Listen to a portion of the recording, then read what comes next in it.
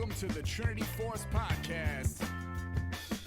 Yo, it's that Triforce cast beaming straight to your home. Grab a beer so we know Pone ain't drinking alone. Send an email, a quick tweet, just pick up the phone. Leave a message at the beep if you're a creep, watch your tone. Discuss the meta game, patch notes, whatever helps your stats most. Obi Pone Kenobi is your last hope to snatch gold. So grab your headphones and join in the fun. We'll try enforcing some jokes and some cringeworthy puns. Yo, we can make it together, people. Trinity Force Podcast. These boys are second to none. Now that's the end of the intro. It's time we begun.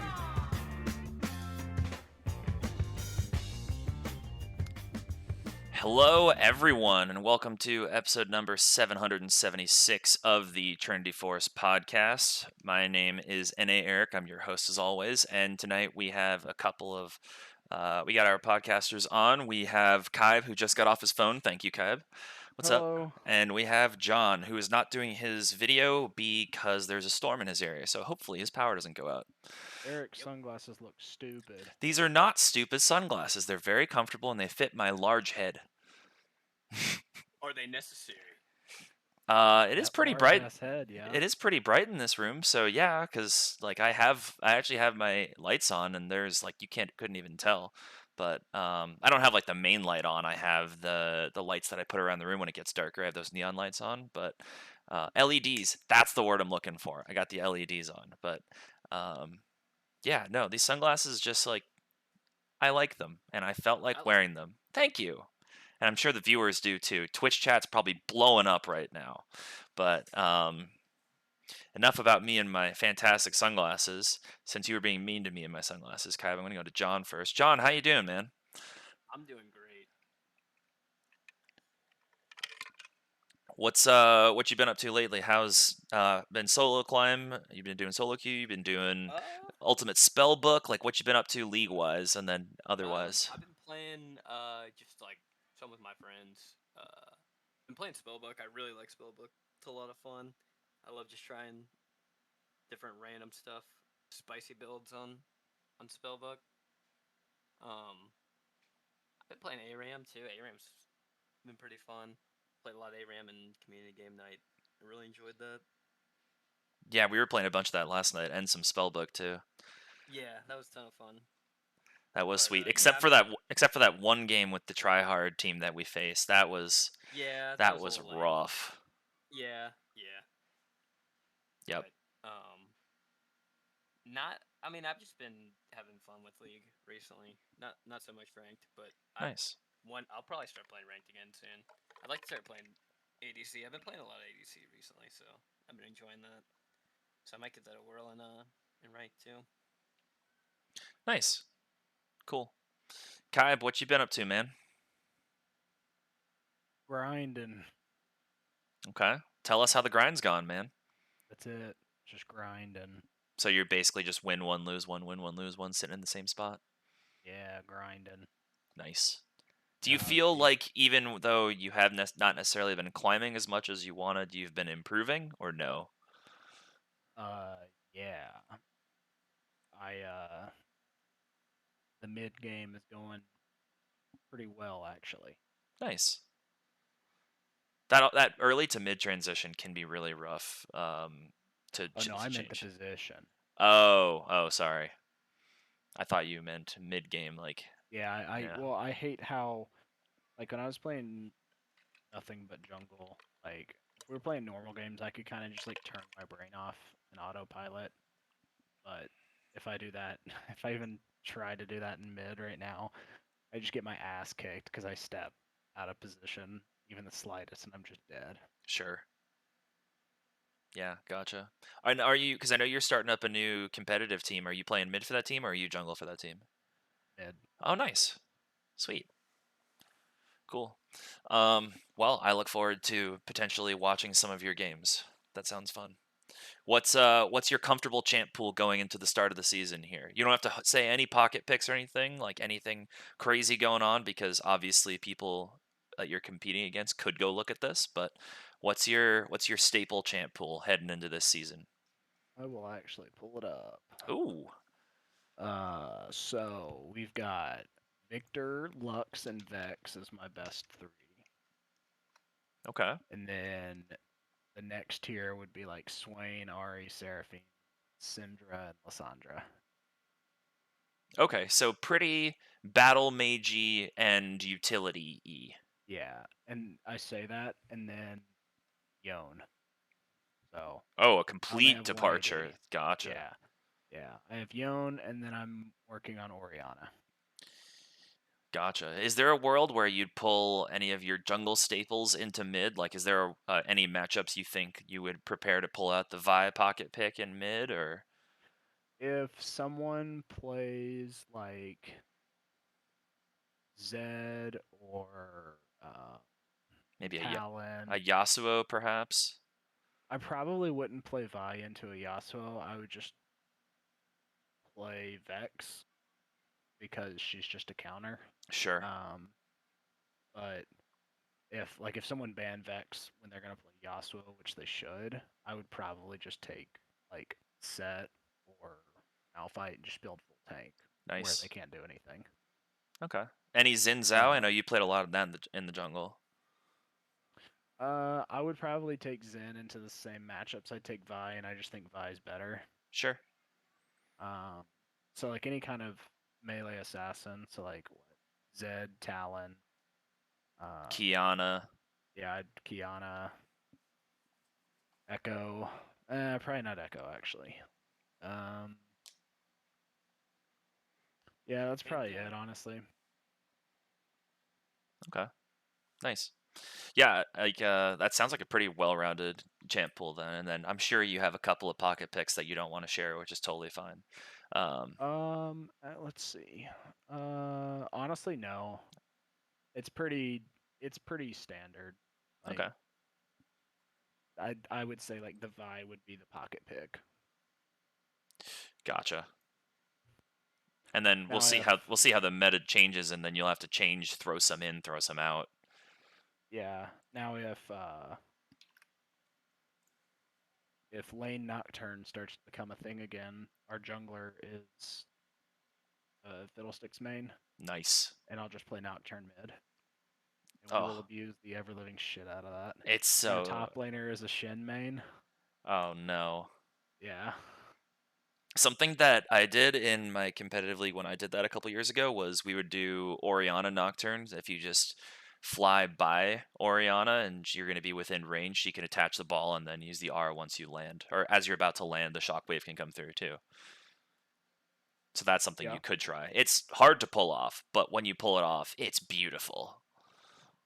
I remember whenever I used to play mid, like I used to play a little Nocturne, and the matchup that I would always play Nocturne into was Annie, and it is so bad for the Annie if you can use the spell shield right. Like she just can't play ever. She can't ever stun you.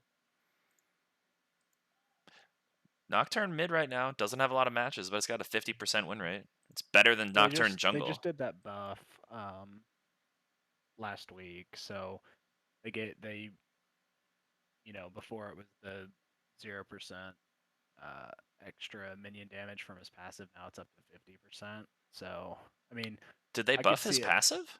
Yeah. Oh. Well, it wasn't doing additional damage to minions. The AOE auto. So now it will, and it does 50% damage. Oh. I didn't even notice that was a patch. Did we cover that? Yeah, we did. Oh. Or we may have glossed over it, but it was in the patch notes last week. So Oh, like, you know what? I think that wasn't in the provisional because we covered provisional early because yeah, we had the yeah. extra content. That's why I was like, what? Yeah, so yeah, removed no longer deals 50% reduced damage against minions that are the primary target. Right. Yeah, but I don't think that we're ever going to be able to play that because our jungler most games on Fiddle by far and has like a 70% win rate, and that was even before the Fiddle buffs. Yep, Fiddlesticks is fantastic if you can pilot him. Yeah. Okay, cool. I've been playing some League, ARAMs and stuff for the most part, and then I didn't get to play this weekend at all because I was busy. I did like a mud run 5K earlier in the summer. I did a 10K, and then I just did a 5K with my girlfriend and a couple of friends, and then we afterwards everyone napped for a bit, and then we went downtown and went to a few different bars, and yeah, it was a fun weekend. Went to the farmer's market, got some fantastic vegetables. I got this zucchini it was $3 for the zucchini, so it's huge. You know what? I didn't plan on this. I'm gonna go grab it real quick. I will be right back. It's fucking massive. You need to see this. Did I hear him correctly that he's gonna show us a giant zucchini? I do believe that is what he said. Yo, chat, this guy's fucking weird. I don't even want to know what he does with this zucchini.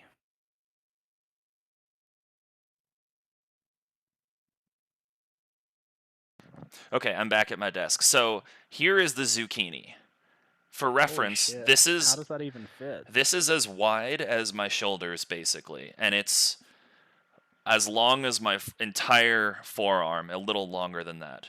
$3 for this thing. I've seen something similar to that before. I saw it and I joked to my friend Peter that because we were at the farmer's market together, I was like, oh, I have to buy this now that I see it. I have to buy it. So I figure I can make zucchini steaks or some shit with this thing. That's probably what I'm going to do with it. But yeah, I mean, it's pretty girthy. It is. You can make zucchini for a month with that boy. I know.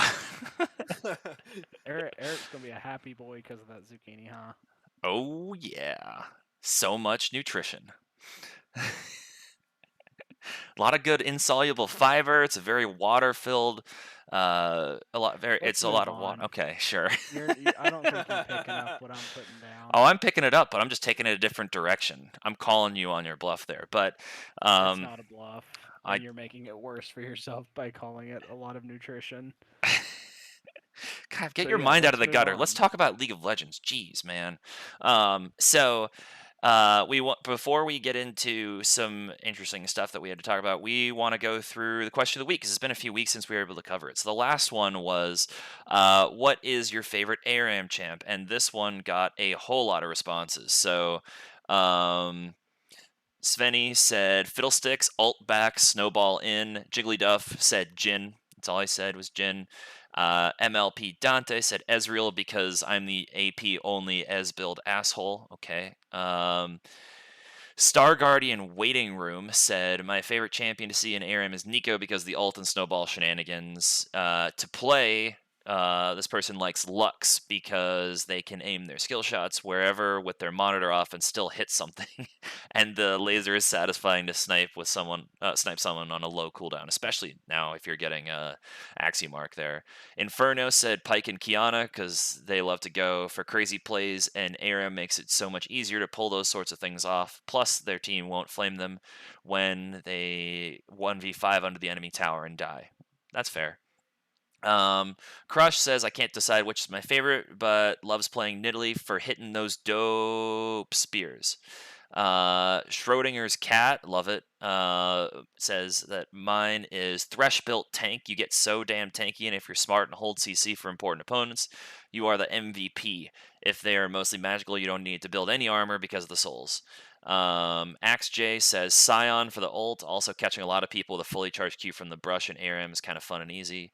Our very own Bomo said Machine Gun Lulu. He gave a whole bunch of ones. So Machine Gun Lulu, full crit Thresh, massive A-Soul Qs, Too Fast, Too Furious Hecarim, AP Lucian, AD LeBlanc, having no poke champs on either team, so the ARAM is actually an ARAM with 2 to 3 kills a minute. Those are really fun. And then Rescued said Kiana for sure. You can make her ult go around the whole map. And Frank said Kindred because it's basically the only champ they can play consistently. If anything else, rework Mundo because he was essentially a massive bullet sponge. So lots and lots of thoughts there. Some of these I definitely enjoy. Some of them I don't enjoy playing. And some of them I absolutely hate facing. So yeah, definitely your garden or every sorts of thing on here. But our new question of the week is: if you could add any item into the game, what would you add? Include the price point, the cooldown, if it has an active, etc. So, John, why don't you say what you were thinking? Because we had a few minutes to ruminate on this before our pod started here. Yeah, I was trying to decide between two things. So one would be like AP Axiom Arc item, Oh. like with a similar passive to Axiom Arc, but obviously not crit. Like maybe it would give you and this would be like a like third item maybe, Mhm. or like maybe an item you'd build on like Eve or something like that. Karthus. Yeah. But yeah, have AP and then maybe like 10 ability haste, and then have that passive. Sure. How much do you think something like that would cost? I mean, it totally depends on how much Maybe AP you like put in it, but yeah. yeah, I would say like maybe like 40 AP and make it cost like 3K. Sounds probably okay. I don't know if that's a good or bad price point for that amount of AP, but that sounds cool. Yeah, I don't like crunch the numbers or Yeah. anything, but I feel like that sounds reasonable if I were just like looking at it like in the shop if that were an item. Sure.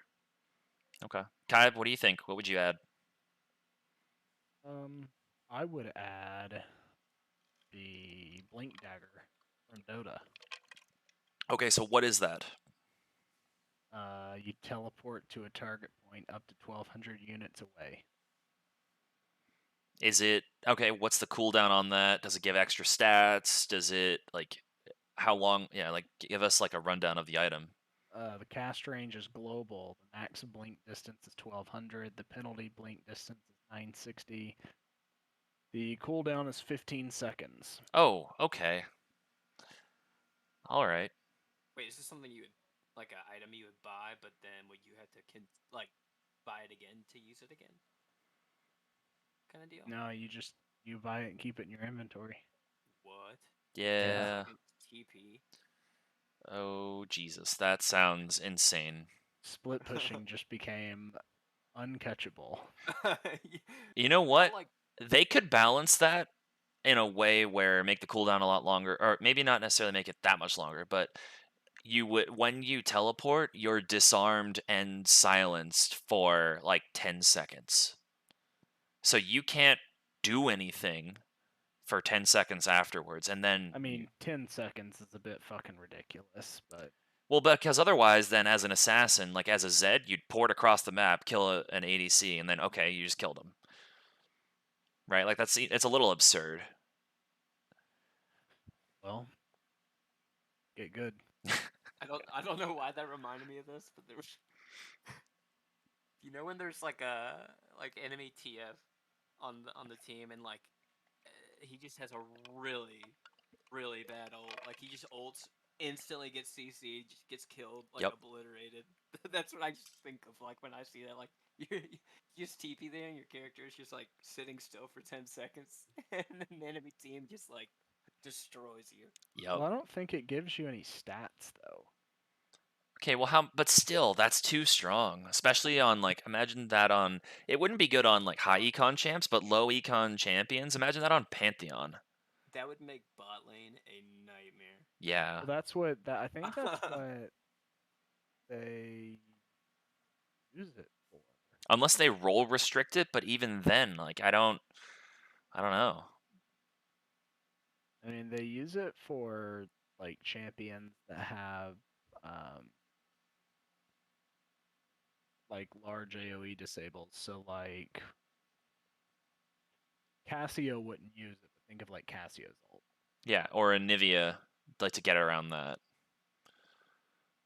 Yeah. Okay. Gotcha. Well, I don't want that in the game, I'll say. Mine, that I thought I was deciding between a few as well, but I think the one that I really want to see is an AD version of Zanya's, because I really don't like it in the game when there's like, AD or AP has access to this, and then the other one doesn't. So just offer an AD version of Zanya's. Sure, it would be not very gold efficient, just like Zanya's is supposed to be.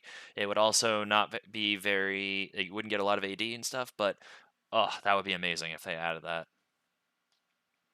There would be so many champions that would abuse that though, but then you just basically make it so it's like super stat inefficient, and you only get it if you really need the invulnerability, like AP champions do now. Yeah. Gosh, Samira with that item would be insane. Wouldn't she? How long does it take for her passive stacks to fall off?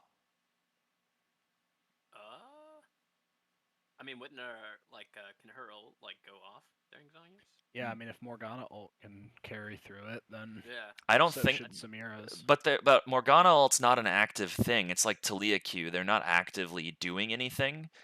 Neither is Samira after you've hit the button. No, because if you I bet if you use your if you right click on someone, it stops the Samira ult probably because it's a channel. You can silence her and stop it. Whereas if you silence Morgana, it doesn't stop her ultimate. Well, I don't know. I think it'd be I'm not fun. sure. But yeah, there would definitely be some issues for sure. I imagine, who would use that really well? Set. I'd use it on Vi. I'd hit R on someone, then pop the stopwatch. God, that would be so good for Rengar too, because you could just go in below your whole combo, and then just Zanya's, and then you'd have all Well, your... I wouldn't even the second the ult starts, the laser attaches. I would just hit the stopwatch then because you're unstoppable. Oh, but does the damage go through? I don't care. I don't use her ult for the damage. It's to allow someone else to damage them. Sure, that makes sense. Yeah, there'd be a lot of interesting interactions there for sure. But yeah, AD champions should have Azanya's. That's my mini soapbox there. But yeah, other honorable mentions I know that we were all talking about was AP QSS items. There was MR Thornmail, MR Frozen Heart, sort of things like that. Just offering different diversity paths to get the same sort of effects was mainly what we were talking about beforehand. But yeah, so that is the new question of the week, and I will drop it in after this podcast into there. But yep. So what we wanted to talk about today was talk about basically different champions, or building champions differently, or using them in roles where they're not currently used to find closet strong stuff, not cheese, but sneaky good things that can be played on Summoner's Rift specifically. So we came up with a whole list, and I mean the first one, John wanted to talk about Olaf Jungle. So why don't you go into that? Why you thought it was I mean, it was kind of the genesis for this whole idea. So talk about that, man. Yeah, so a couple of patches ago, I mean, first of all, everyone's been playing Olaf top ever since he's had his little mini rework. And I mean, he's been super good up there, but not as good in the jungle because of a few things, just with his clearing and whatnot. But they changed a little bit of that, at least for jungle Olaf. I think it was in 12-13, and I mean it seems to be pretty good again. I mean, and also it's in a I think Olaf really likes this meta too, where he can just full clear super fast, and keep up on pace with other meta champs. He can get a crab, take a fight, or reset, clear again, get the first dragon, and then make a play, and if it goes well, he's gonna be huge. Yeah. He's very. I feel like he definitely has some nuance to him, but he's fairly straightforward as far as his game plan. He loves to full clear and he loves to fight. And he's good at taking dragons. He's really good at taking dragons. He's insanely good at taking dragons, especially after the buffs. Yeah. Yeah. He's actually the pick rate is a lot lower, but he has a higher win rate in jungle actually. Yeah, and so that's the other thing is he it doesn't seem like he's getting picked in jungle that much, and he's also not getting banned in jungle that much. So it seems like it could be a pretty consistent pick. Yeah. I mean, at least for this patch. Definitely a good thing to main for sure. And he also, with the champions that are looking to get buffed, he shits on a lot of them that they're looking to buff. Energy champions, a lot of them can't deal with him.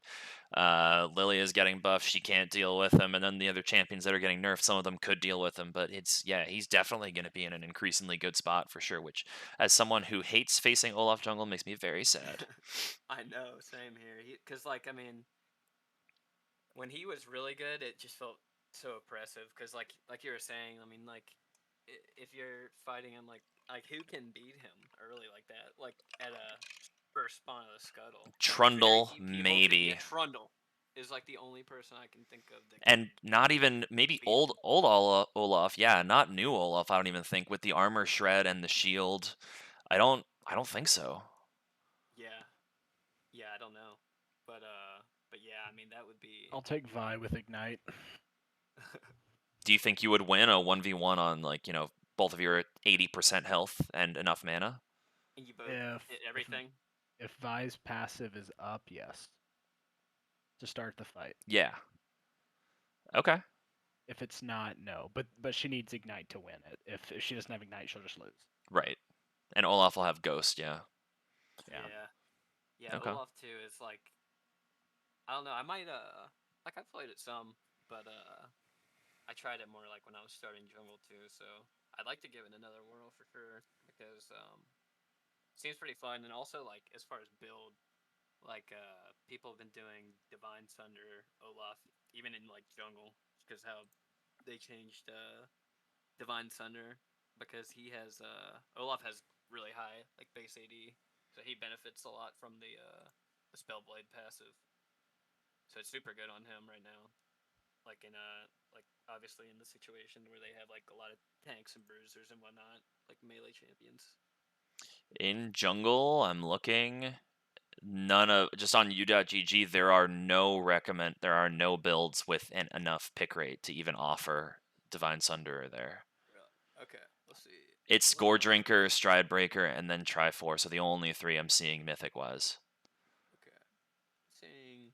Wouldn't Triforce just make more sense with him though?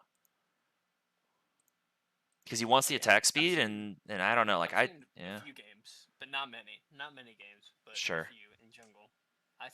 This is saying 57, but obviously, yeah, Gore Drinker's the highest, Stride Breaker's the highest win rate though, like you were saying.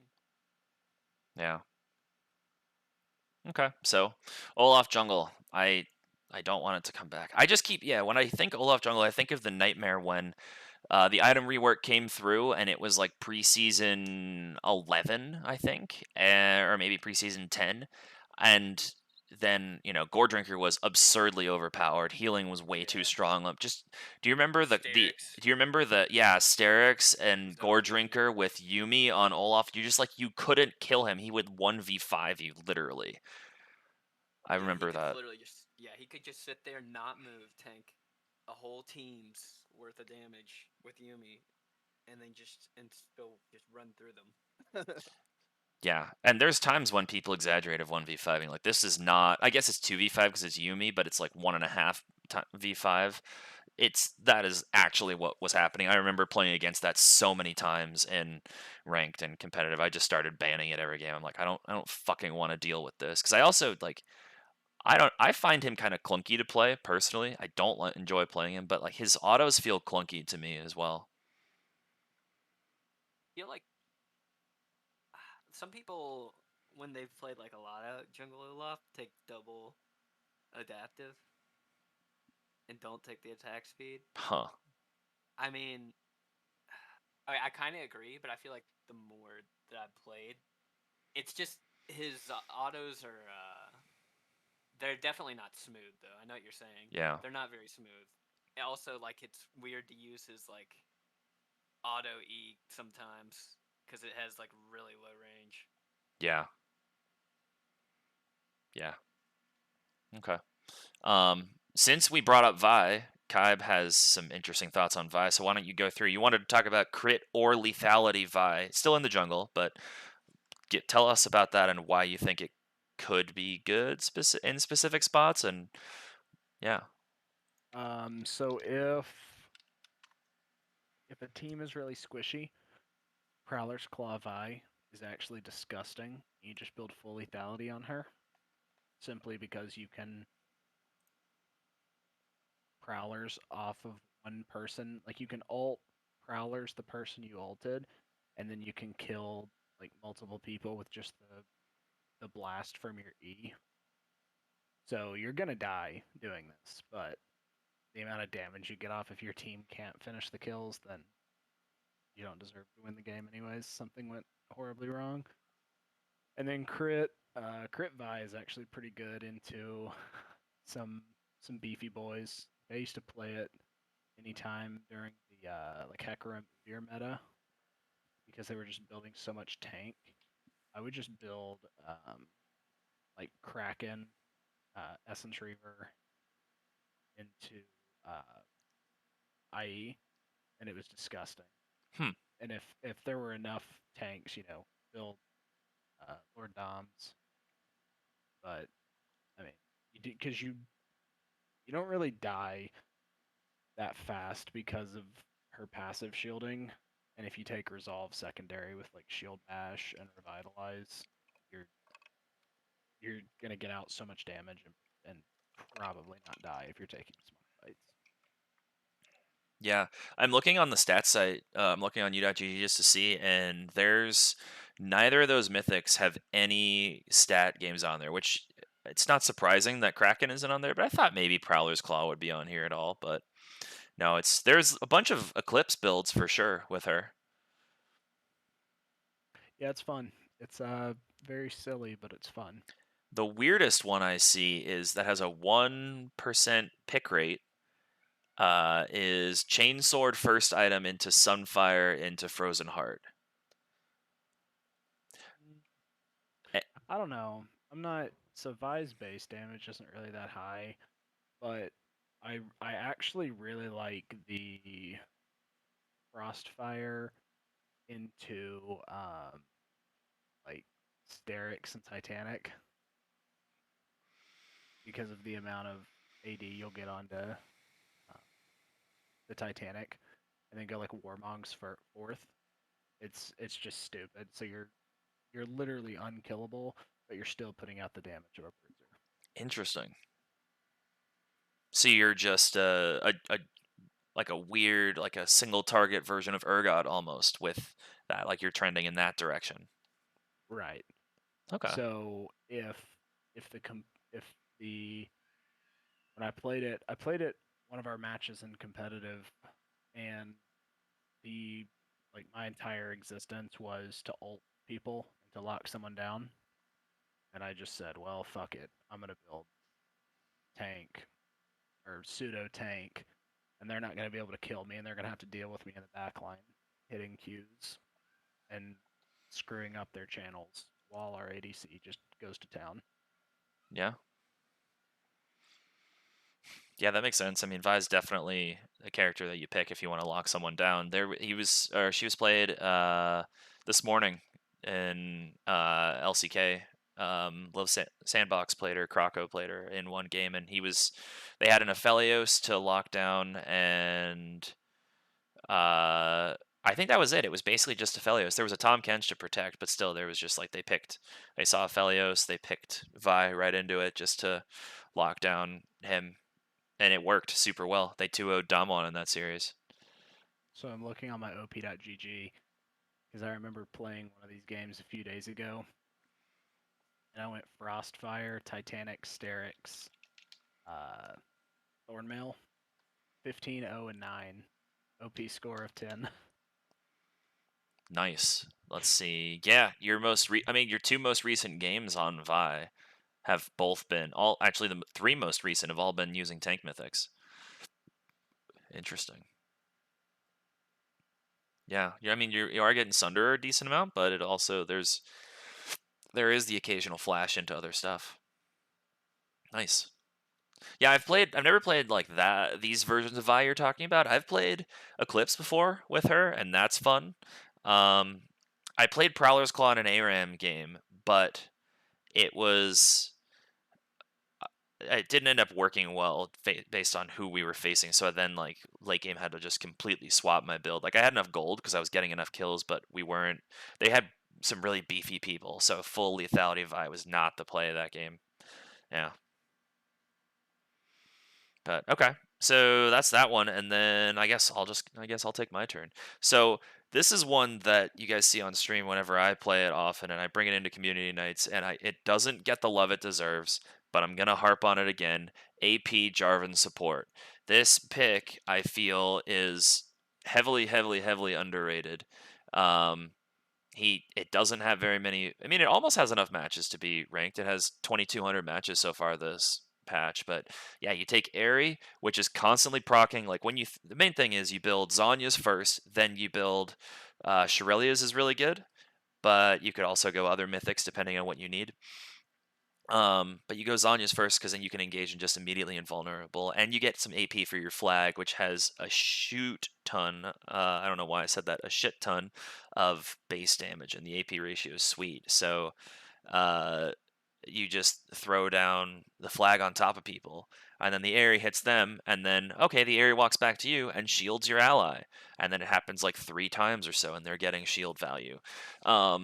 So it feels fantastic to do there, and then you can also, like, if you can land EQ flashes, you can engage on someone and flash, and then lock them inside the Cataclysm and Zanya's, and it has great roaming potential as well because Jarvan has notoriously very strong ganks if you can hit your skill shots. So there's that, and then the passive damage is like it just does a lot of damage regardless of if you have any AD or not. You're doing percent of their current health. So I don't know. I feel like this is, yes, it's situational, but the poke that you can put out with this pick is absurd.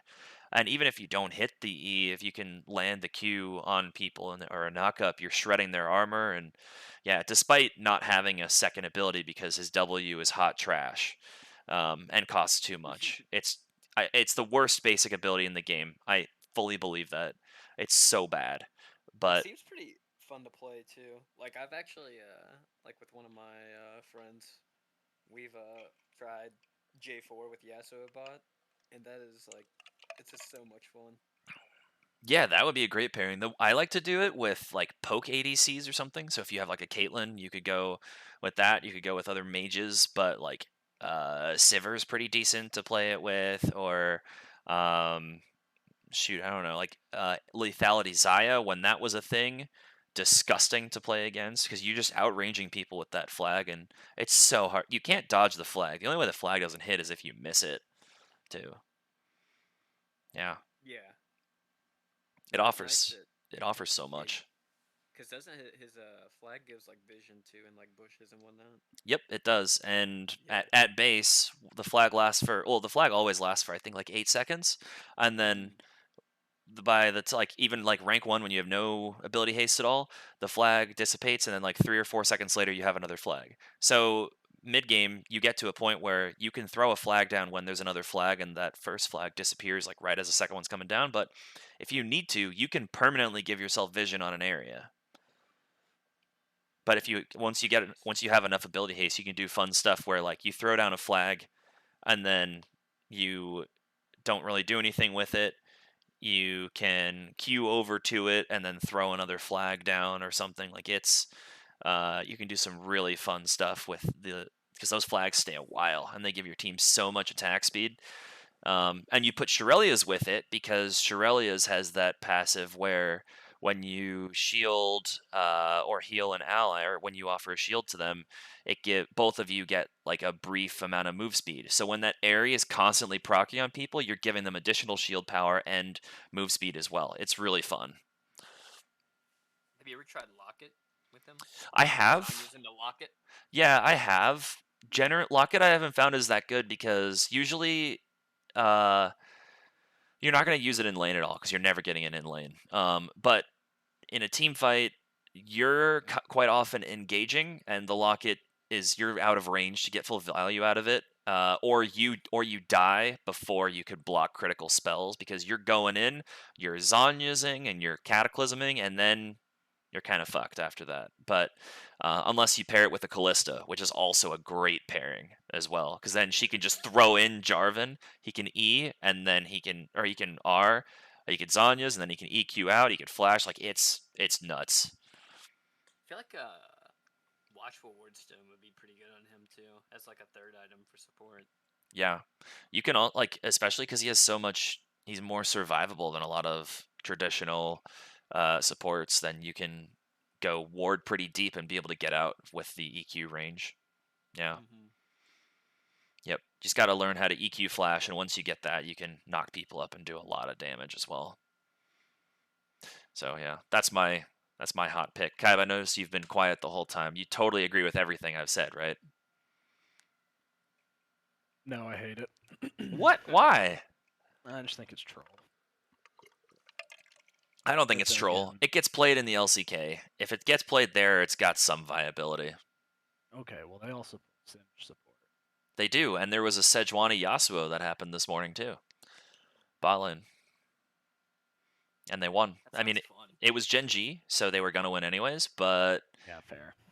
they play Yeah, they're better than T1. Sorry to tell you. right now. They are, yeah. I'm fine with that. Yeah, they are. But yep. So okay, that was the AP Jarvan. Cool. So I don't know, John. You want to talk about your variant on Graves because since the lethality nerfs, you think it's a lot worse. But like you said specifically with crit, and I when you said Graves Jungle, when we were talking beforehand making notes, I thought you were going to go the route of the Stride Breaker, Gore Drinker, that sort of one. Yeah. But Well, I mean, I think that like I've played that build a lot, and I think that build was like I mean it's good whenever they have a ton of melees, and I like it because it's great for farming as well because it's good because it helps you to kind of keep tempo with like champions like Diana who are farming, for example. Um, I like that item on him, but I mean situationally, you know. But Sure. what I the one spicy build that I'll go on him occasionally is like just full crit because but that's like been more recently since they changed how Eclipse worked as far as the like they nerfed it for range champions. I think it was from like 6 to 3%. Yep, I think that was And it. they so like that's Graves' bread and butter item for the most part. So that's a pretty big nerf. So like, I just want to try other stuff as well. And like in games where I'm like already pretty fed, like from early game or something, and like there's not a ton of like there's not a ton of ganking opportunity like early game. Like my lanes are kind of just like chilling and farming. Um, and I'm farming a lot while also having those kills, and I like need to have damage to carry like in Sure. a team fight, and I have like like a support or a top laner who's like pretty or both who are pretty tanky. Like I already have some engage, right? So like I don't need to be tanky, and Graves has already got some inherent tankiness. So, but I'll go Gale Force into Collector into IE, and the damage is just like insane. Like you'll just auto an ADC one time and it'll do like 90% of their HP, or just like almost one shot them. I mean it's insane, and I mean as you can imagine, like Graves E with Gale Force is insane. Like you can do some crazy stuff, like you can dodge some stuff, like because you can E and then redirect another way to like dodge something, and then kill someone at the same time, kind of. Yeah. So you can do some pretty crazy stuff with that. I mean, it's just a really fun build more than anything too. But I don't do it very often. But So it's on here. This build is listed on here on u.gg. yeah, And it's got a 1% pick, 1.5, and a 58% win rate so far on this patch. But yeah, I feel yeah. like that might be because like those games where people are going that, like they're probably pretty fed. And they know what they're doing with Graves too. Cause like I don't think like someone who isn't like experienced would probably be picking just like Eclipse on Graves or something, like always. Yeah. And I mean that's what I mean. Still, that's like probably his best item, like in general. But that build is so much fun. I love it because also like the shield bow when shield bow wasn't like $1,000,000. That was I like that on Graves, and also they nerfed it a lot. Yeah, they did. But That was back when like top Graves was like gross. yeah, that was disgusting in that era of top Graves. Yeah. Doesn't his passive have some interaction where with crit, like it does extra damage or there's more bullets that come out or something? So like when they I don't know that it scales with the crit, but let's see. Each like pellet can crit though, right? So it's like Oh, so there's 4 individual crit chances because he fires right, 4 bullets. Oh, wow. right. So yeah, but it like crit interacts slightly differently on him. It's like Yeah, critical like strike so yeah, sprays he usually 6 shoots pellets over a yeah 25% wider cone, with each pellet and dealing do more.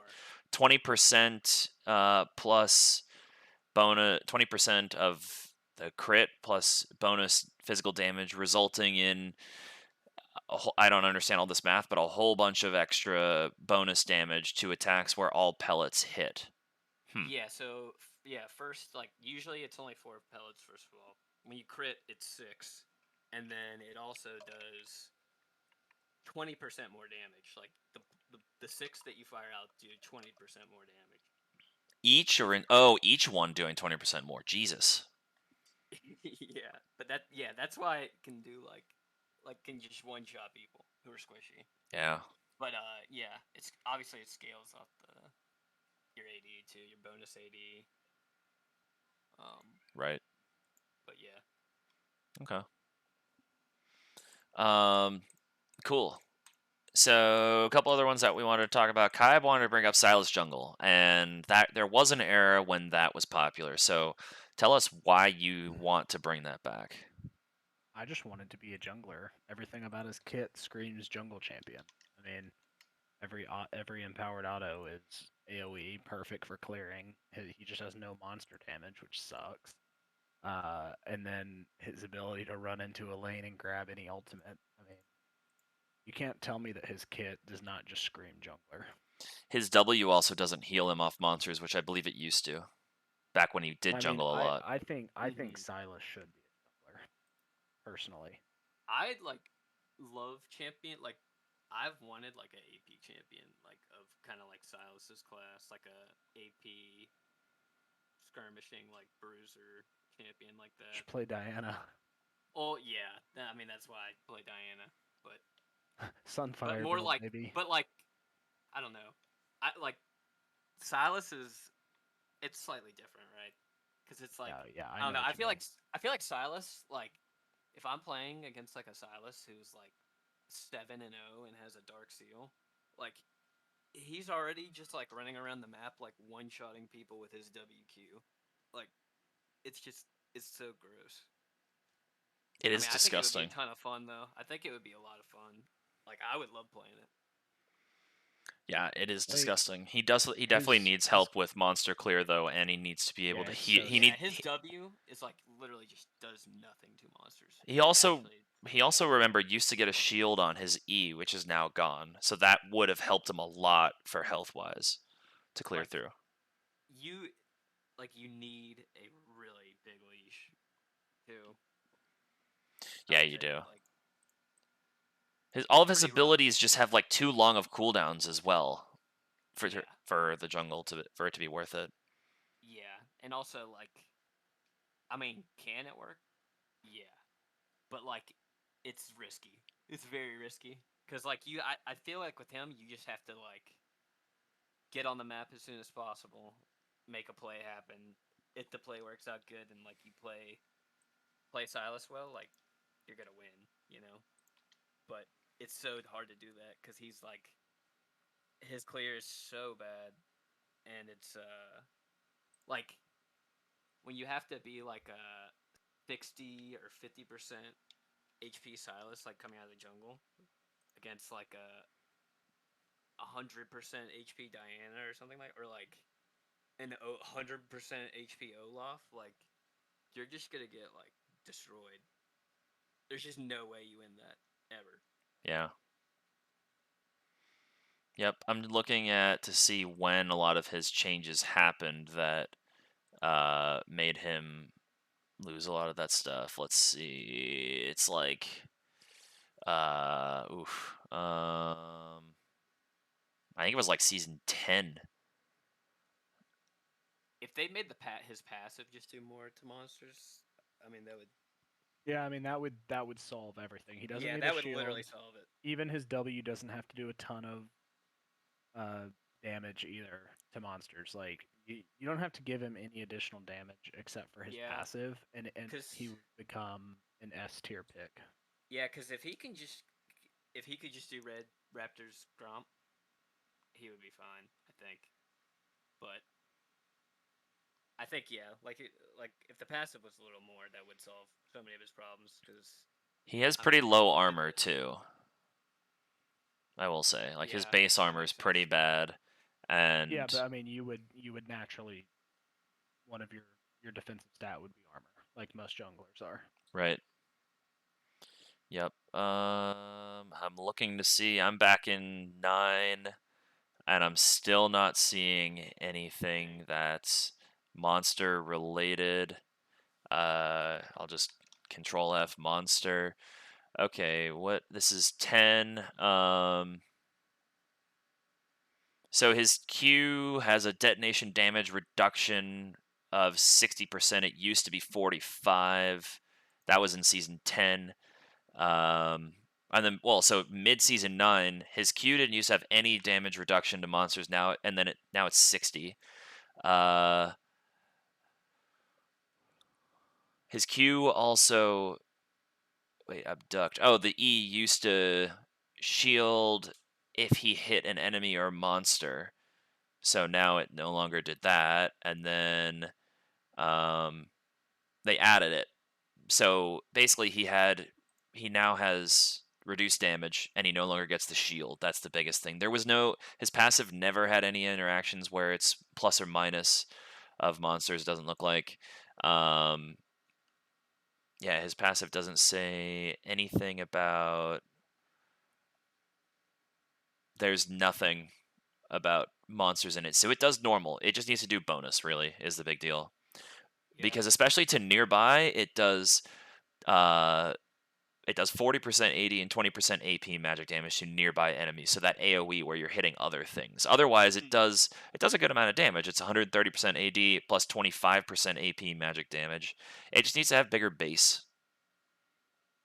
But also, damage to secondary targets executes minions that would be left below 25 health. If they change that to monsters, that would help some as well. like I felt like it took me an eternity to do Gromp when I was Yeah. playing it. Like Raptors wasn't bad. Like Red was like whatever. Wolves wasn't great for you. Yeah, but that was after I think I made a play. But Gromp was like it literally felt like it took like 20 seconds to do Gromp, and I was just like I blew my full spell rotation like almost twice. It felt like, and it still like Gromp had like a third HP, and I was just like, oh my gosh, man. Yeah. Yeah, I thought that he might have been a better jungler when the durability stuff came through. I was like, sweet, everyone's going to be safer in the jungle. But no, it's too painful. He can't really do it. Yeah. Yeah, because like, gosh, like I would like if I was playing against like a Silas Jungle, like, and I'm playing like Rengar or something, like you just invade him. You know, it's like he. I mean, he can get away, but it's like if you invade him on his blue side, like he is so screwed. He is so screwed. He is so like he's gonna die. Yeah. Yep. So the last couple that we want to talk about, I have 2 different variations of Nico that I really want to talk about. I'm not talking about Nico Jungle, which is already viable, but is just you take Predator and run at people and stuff. But Nico Top, like attack speed Nico, they buffed it recently, a few patches ago, because they wanted people to play it. It right now it doesn't have a very high pick rate, but it has a 52% win rate. But not by very. I mean, it's almost within stat range. Basically, 2,000 matches, 52% win rate, because they buffed that W damage so that so that Nico gets extra damage. Um, it's like a lot stronger. So then there's also a lot of really good on hit items right now. So you can go. I mean, Nashor's is usually the first one you'd go. You could go shield bow, but you don't care about crit. So then you could go pick your. I mean, I like Kraken Slayer, and then Rage Blade, and you kind of build like Callista, but you can also build like Kale, where you're just building on hit. or a Kog'Maw or something, you build like Wit's End, you're maxing out on attack speed, so you got to micro the hell out of it. But you do a lot of damage, and you have so much lockdown and escape as well, and utility to get yourself out of bad situations. It's really quite good. Like with Kraken too. Yeah. Like, have you tried Kraken on her? Yes, I have. Gosh, like her empowered auto hits so hard when you have the Kraken proc. Yeah, On and that build. imagine if you also have Bork hitting right there as well, with Rage Blade autos going off and Wit's End autos. Like it's disgusting. Yeah, I remember the first time I like played against it. I was like an ADC or something like that, and I just like, walked into mid lane. I was like, oh, there's Nico, and then it's like she's like autoing, like machine gun autoing, and I'm Yeah. like, oh my god, what Yeah. is going on? It's a lot of fun to play her that way in ARAM too. But yeah, it looks like for her build paths in general, it's for mid lane, it's all mage items because she's still good as a mage. Like she's very good as a mage. The top laner, she's still primarily built as mage, it looks like. But then you have, Bork into Kraken Slayer into Rageblade. You have Kraken Slayer into Bork into Wit's End. All those variations. Phantom Dancer is also going to be a very good item for her. Nashor's Tooth also works nice, so I like to work that in because you have good AP ratios. Then it gives your Q and your E and your R actually more viability to use as well. There's some Hurricane in here, which I don't necessarily agree with, but that's okay. Hullbreaker as well because she's a split pushing monster with this build. Like it's fucking nuts. Yeah. So, and then the other variant of Nico that I wanted to talk about was just like bot lane mage Nico. Although bot lane Nico, most of the builds are like AD, so you could go ADC stuff down there, but picking it for just going normal AP Nico and playing it in bot lane, actually pretty good because you have really high base damages and you have really high you have pretty good AP ratios as well. Like it's good. You can trade on people as well because you get the EQ route and your level 2 spike is fantastic. It's really good. I think it's fantastic. I play it in community nights sometimes when Ezreal's banned because I can't really play any other ADCs very well. Yeah, she still provides a lot of utility too as ADC, like just with the CC. Her ult's so good. Yeah. Team fights. Yeah, if there's a dive going on too, like you can't dive her very easily at all. Yeah. You can also do funky shit just like pretending you're other. I mean, that's her whole passive is pretending you're other champions. So take your support, like if you have a Blitzcrank or a Thresh or something as a support, you go in the bush, you turn into them and throw your clone out at someone. They might flash. Like I've seen people flash away. They're just like, fuck it. There's a Blitzcrank running at me. Not interested. It's pretty funny. Yeah. You can play mind games with her. Definitely. My favorite thing to do is when you're playing her as a mage. This doesn't work as on hit, but as a mage, as soon as you have your W unlocked, like 3 or 4 times on cooldown, or throughout the next couple levels until you get your ult, you just throw it forward and then you run away. And the other team gets used to you just throwing your clone at them to cause disruption. Then you just throw it backwards and you run forwards and start to ult as you're running forward, and then you just ult right on their faces and they were like, oh, I thought that was a clone because that's what you've been doing. It's really sweet. It's kind of cheesy, but I find it pretty fun. Yeah. Kai, are you going to pick up Nico for your mid lane champ pool for this season?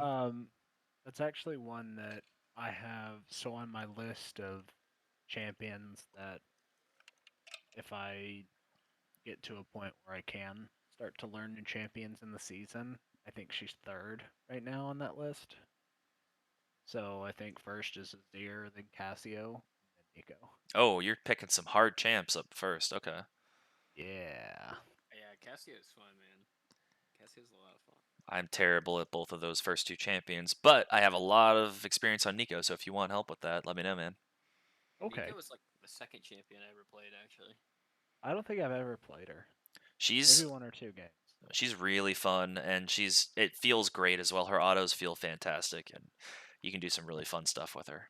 Yeah. Play her anywhere too. You absolutely can. You can play her in the jungle with Predator, and people freak out when all of a sudden they see you could just pop your Predator and turn into like, oh, if you have a Nautilus support, oh, the Nautilus is here. Wait, that's a Nico. It's really funny. Gosh, I hate playing against Nico supporter, man. Like her E seems like it's on pretty low cooldown too. Her E, the Tangle Barbs are pretty low cooldown. It's 10 seconds when you max it, but the root is 1.5 seconds if you're the first target, but if you're not, it's 3 seconds. It's some of the longest CC in the game.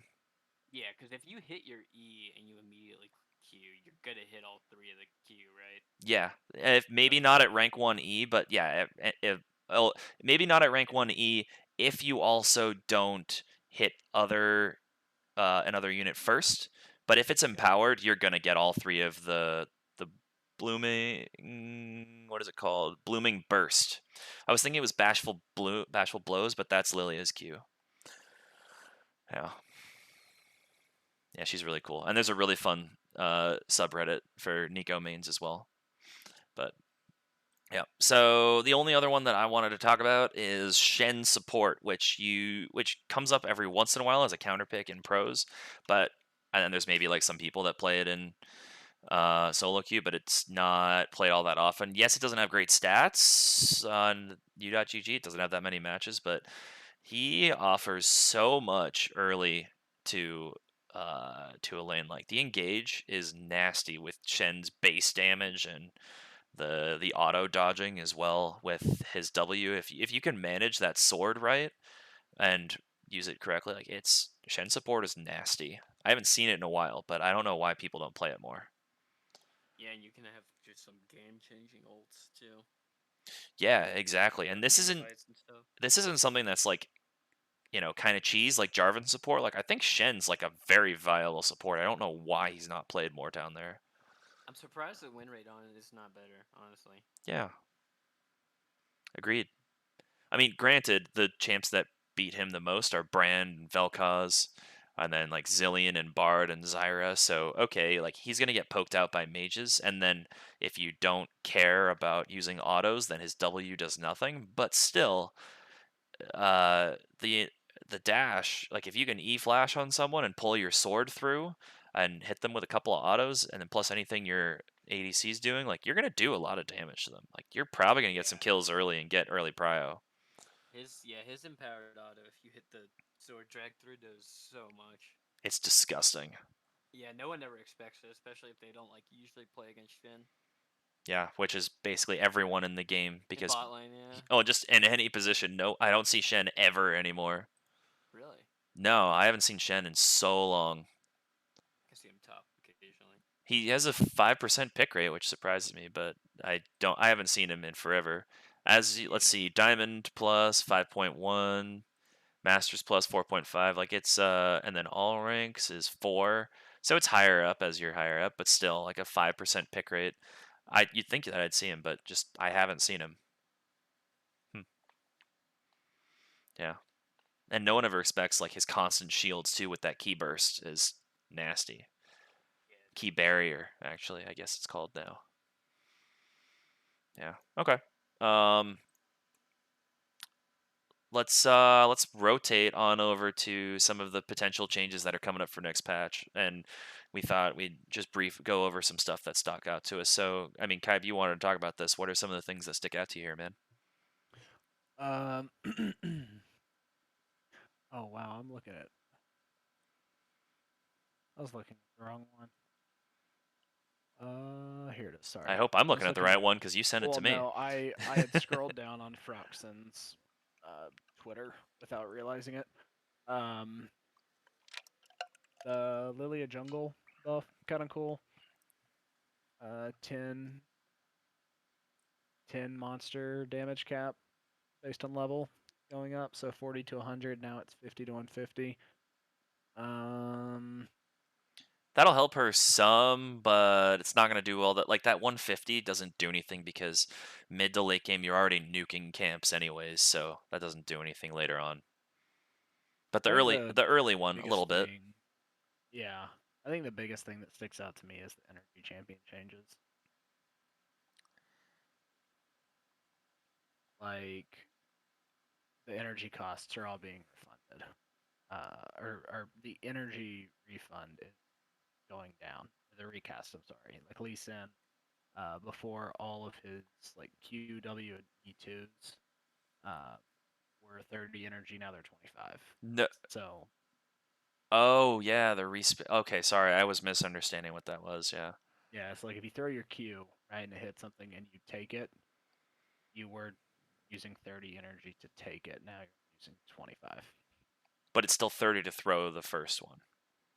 I don't Oh, I know guess the it's not because those costs vary. Yeah. yeah, I don't know the cost of it, but I think that'll be pretty cool. Um, something else on here that I think is kind of big is the true damage conversion for Gwen's Q is going down from 75% to 50%. Um, so I don't really think Gwen is that broken after she got her hot fix a few patches ago. But I don't play top, so I don't know. I looked up Lee Sin and his Q is 50 to throw out at first. Okay, so So it's 75 now rather than 80 yeah, total. in total. Okay. Yep. So I mean, it doesn't sound like much, but it could be, it could be the case where you're not having to wait for 1 second when you're in a fight to use your casts, Yeah. which could be the difference between you losing a fight. Or them getting away if they have like a Thresh Lantern that's pulling them out of range or Right. something, because it does have a range. Yeah.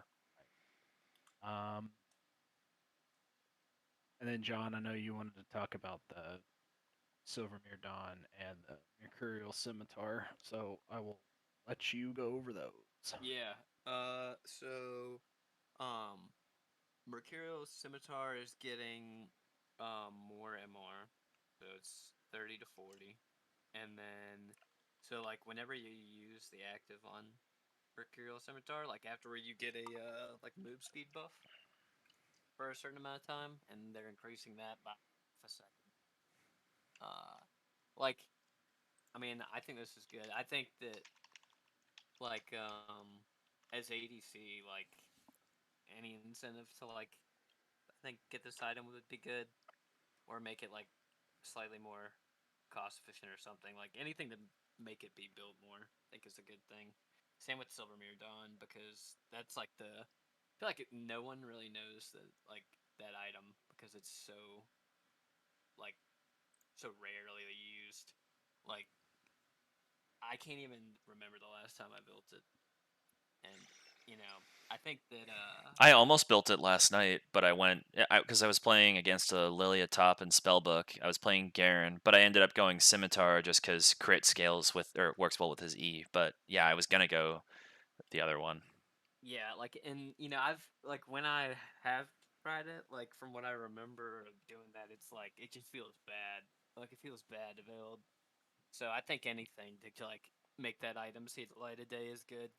Um, just because like I know part of their thing is as far as the like item overhaul was like making it so that every or not like every item but like it has items are like built, they're like they aren't like super rare, so rare and nuanced that like no one uses them ever, and I feel like this is like one of the few items that are like that.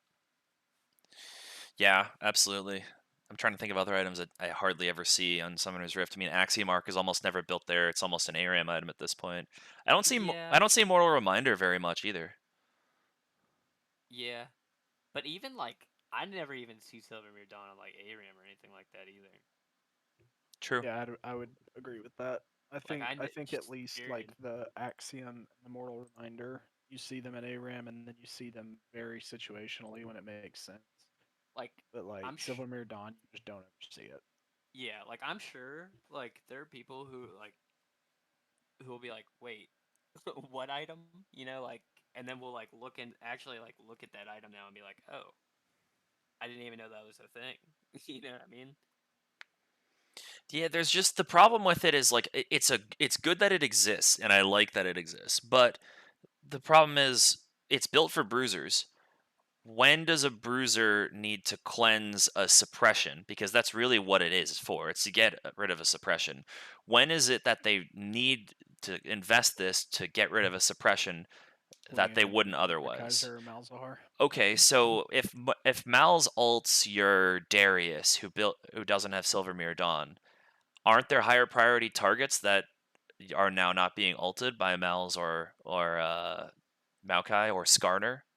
Well, like if I'm playing Vi, right, and I go to ult, Malzahar is just gonna ult, right? If I want to get into the back line and hit the Malzahar is just gonna ult to keep herself alive. So Sure, I'm gonna cleanse it and then I'm gonna blow her up. sure. Congratulations, you're dead. Well, but Next. is Malzahar? I Turn. mean, generally Malzahar is probably not the priority target that you need to be ulting as Vi. No. She's not, but I mean, if you ult someone in the back line, she's gonna ult you to protect either herself or the Jinx or whoever you're going. Sure. Sure. That's gonna be your first instinct. Should you ult that person? Maybe, maybe not. But I mean, a lot of times, if I'm Vi playing against a Malzahar, I get ulted all the time. Gotcha. Interesting. And Mal's is And I pretty just like popular, so the other thing I like about these items too is like I like any item where it's like there's like an active where there's sort of like skill expression in the use of the active. So like in the example of like Mercurial Scimitar or something, like you're playing like ADC and you know you're about to get CC'd, like insta cleansing and then like getting that damage off that otherwise would have made the difference between you dying like during that CC or maybe killing them, like that can be game changing. or last night when I used the QSS to get out of an Urgot ult. Yeah, no, that was sick. That was sweet. I still ended up dying because they chased me down, but like I took a lot of their time. Yeah, Yeah, the animation for it looked really funny too. it did. I was just getting pulled in by a summoner's spellbook. Like it was an echo with Yeah. Urgot ult, and then all of a sudden, like, oh, Garen's running this way. Goodbye. Yeah, it looked like you were like running in place really fast for a second. Yep. But yeah, I like any items like that where there's like some like skill expression in the use of it. Yeah. I mean, these items should be gold inefficient. They shouldn't be that good stat wise because of this. How good that is. Yeah, exactly. How pivotal that can be. But Yeah, definitely pushing them up a little bit is going to help. Yeah, definitely. And it's also never going to be the case, like with these stats still, that people are going to be like, when Hullbreaker was way too efficient, like people aren't just going to be building QSS items because these items also have really rough build paths too. Yeah, definitely. Because Scimitar is QSS, which Bad. is 450 into another, like, it goes up to 1300 for the whole QSS, and then you have to build a pickaxe, and then I think it's a crit cloak, and then, or maybe it's a crit cloak and a vamp scepter, I think, for Mercurial. I think it might be a pickaxe, a crit cloak, and then the QSS. Let me look. I have But this I up. could be It's wrong. no, yeah, it's the pickaxe, the cloak, and the QSS, yeah, which is Okay. 850 to upgrade from Null Magic Mantle, Right. and I don't think it gives any extra. It gives 5 extra MR for that 850 with the, I mean, with the active. So that's pretty bad stat No, yeah, wise. that's bad. Cause like I don't know, in my experience, it feels so bad to build that item as an ADC because of just what you were saying. Like I can buy a mantle for what is it, 450. Yep. And it is like barely less than a full QSS for 800 as far as MR at least. Yeah. Yeah, Yeah, and you can it's pretty upgrade. expensive too. Well, but you can also spend, if you just need the MR. This is never going to be the items you go for because you can get the Nugatron cloak is 8 or 900, and it's 900 in total, I think. So 450, it's actually cheaper, and you get double the MR. It goes from 25 Yeah. MR to 50 MR. And Yeah, you get a granted, lot. you don't get the active, but yeah. And Silvermere Dawn also has a rough build path too. It's QSS, pickaxe, and ruby crystal, and then another 425 to combine. But it's not. You don't get a lot of good shit from it. It's Okay. Yeah, so one thing like that I would love to see is like going back to the question of the week would be like something like an option for that for like ADC. You know what I mean? Isn't Mercurial Scimitar doing that? Or not like Mercurial Scimitar, but like a item like that, but that had that was like at least had like something like attack speed or like the MR felt better to build. I don't know. The MR is going to feel better to build. It's going up by 10. Yeah, that's true. But I think that's still not, that's only when you combine it, because before, when you combine it, you weren't getting any more MR. Now you're getting 10 more Yeah. for finishing the item. Yeah. So, yeah. To me, I think the biggest things that stand out on this patch, though, are I'd say that Divine Sunderer healing conversion percentage. People who are using Divine or champs that use Divine are going to be proccing it a lot. So this is going to be like, you may not notice it in a single Divine proc, but this is going to be over the course of a team fight. If you're a Sheen user and you're using this a lot, you're going to feel that over time. So that one. And I'd say maybe I'm like not thinking about how this works so well, but Zed as well, where you can snap back to his W and the R for infinity range. So it's not where he can throw it infinity, it's just he can snap back in infinity range. And the E energy cost going down as well. Like Zed already gets energy refunds if they know what they're doing and they're getting casts on to the same targets and they can keep up their energy. So that I don't think that's necessary at all. But mimicking back was already like, gosh, that's the only play, that's like the only counter that you really have to when they're going in on you sometimes, is to try and play around like, oh, they're going to pop back or they're too far away to pop back to their original one, that sort of stuff. I don't like that. Also, Zed. No one likes playing against Zed. He's one of the most banned champion and has been throughout his entire history. Zed is my ban every single game in mid. Same. Gosh, yeah, it feels really bad when you get behind against him. It feels so bad. What do you guys think his ban rate is on this patch? 13. Yeah, I was gonna say like 11. 27.8.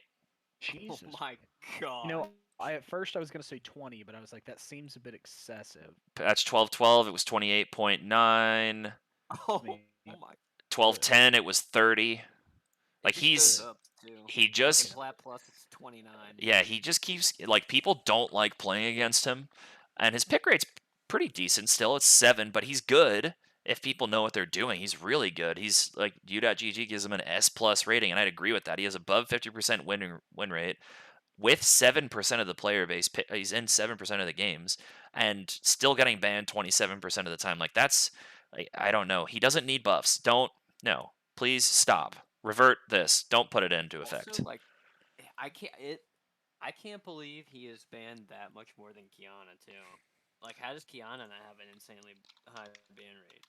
I think it's that she's a lot more mechanically intensive than Zed. Zed's like, he's not easy to play, but a lot of it isn't mechanics with him, right? It's awareness of what's going on and the limits of your champion. Kiana, it's like you got to be able to pull off these, know the ranges of your Q and then the flash EQ R with WQs and stuff. Like, you got to know what you're doing to play her well. Well, I guess, like, I don't know. Like, I just really hated before the durability. Like, when I would be playing, like, something like ADC, and then Zed is, like 1 in 5, and then he just ults me. He misses like, all the Qs, probably, except one. And they just auto-ease me, and I die. Yeah. Like, I don't know. Well, that was so the big frustrating. point of the durability update, is now Yeah, like he can't do that as much. Like, you don't see that Yeah. anymore. He does need to get fed, but still he's reliably able to get ahead and do well, it looks like. Yeah, I guess I say that to say that, like, still though, even at like right now, I feel like Kiana can just flash ult Q and you're like just dead if you're an ADC. If you Sure. don't have shield bow, Sure. you're just dead. But Whereas with Zed, it's like you gotta. I feel like after durability. I mean, I haven't played much Zed, and also not after the durability. But I feel like you have to, like, at least in my mind, like you have to hit more of the shadow cues. Like you're gonna have to hit more of your damage if you want to get lethal, like on someone. You do. I think that like why as someone who plays Kiana, it feels different because Kiana, for one, has to get into closer range than Zed does to do damage as well. Like she doesn't have the poke that he does, but also, um, I don't know. Like she needs less items, but she has more clear windows of hitting back than Zed, I think. And also you can stop anything she can do with uh, any bit of armor or health or like grounding or spell block as well. Like there's a lot of windows to stop her, and if she's ahead, she can totally flash E, Q, R, W, Q. Like you can do that in a quarter of a second and murder people. Like it's fun to do as Kiana, but yeah, I don't know. They feel a bit different to me, but maybe that's just my bias towards liking Kiana. Yeah, I like Kiana too. She's a lot of fun to play. She is a lot of fun to play, and she's a lot of fun to play on ARAM, despite her having a terrible win rate on ARAM. She is one of the worst. She has 45% win rate. But Oh no. all of that, despite she takes 15% less damage and deals 15% more, still has a 45% win rate on ARAM. Dang. Yeah, shows the power of poke champs. Yeah. In a small lane. Yep. Do you want to guess who's the number one champ on ARAM this patch so far? Xerath. It is not Xerath. Kaib.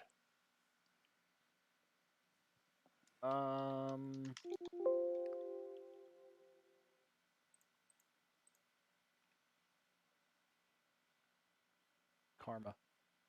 It is not Karma. I'm looking for where Xerath is.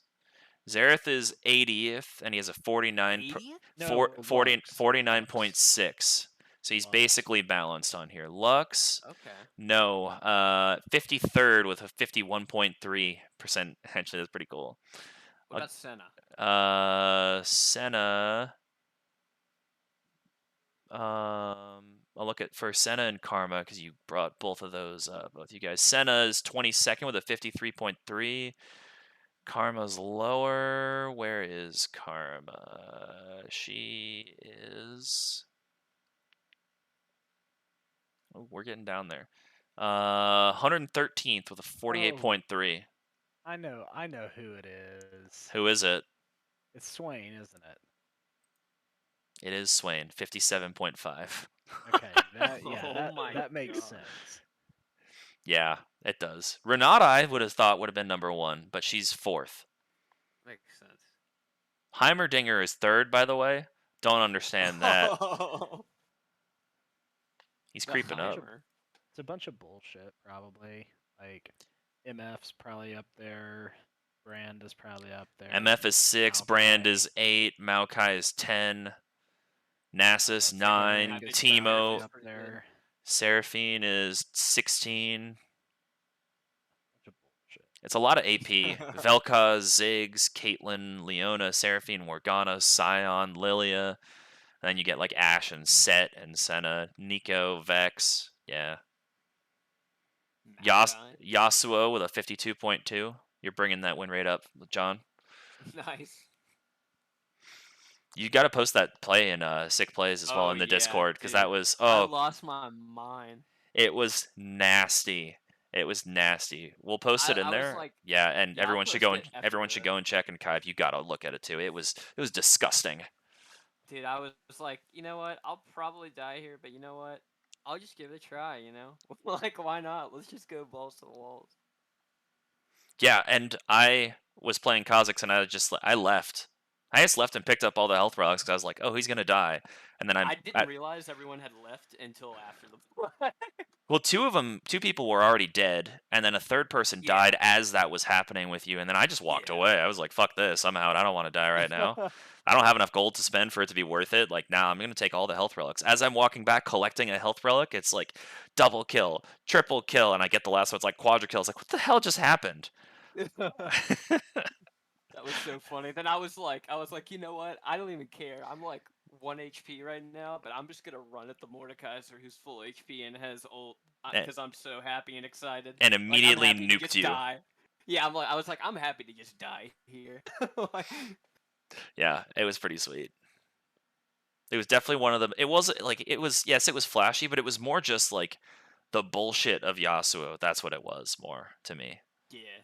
So I will say the one like thing that I like was that I didn't notice before was like right during it, right before I like do the ult, I did a right as I push E, because you can, if you EW, it's faster to put your wind wall out than if you just W, Oh, or if you EQW, it's like significantly faster to put out your W because it blocked the Janna tornado, and that's how I was oh. able to like E through them, and then I hit them with the second Q and then ulted.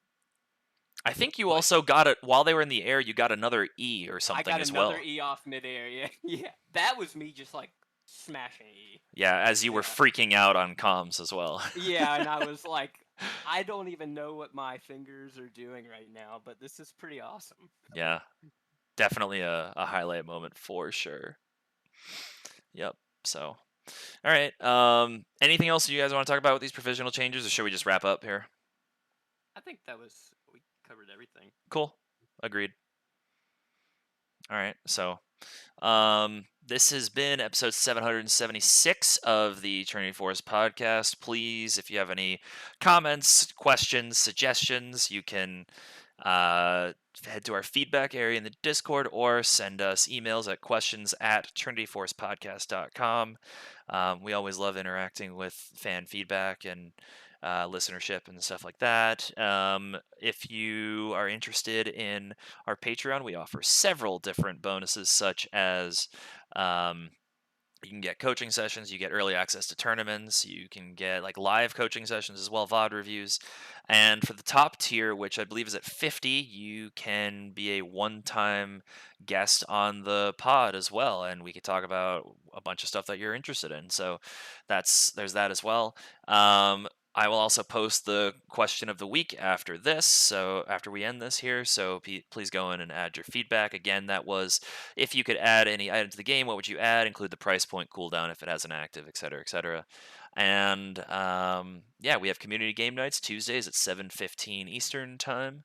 For now, it's Eastern Daylight Time for the next like 2 months until Daylight Savings hits in October. I think it's in October. Maybe it's in November. I'm not sure. But then it'll be Eastern Standard Time. But yeah, thanks for listening and tuning in, everyone. And we will see you next time. Goodbye.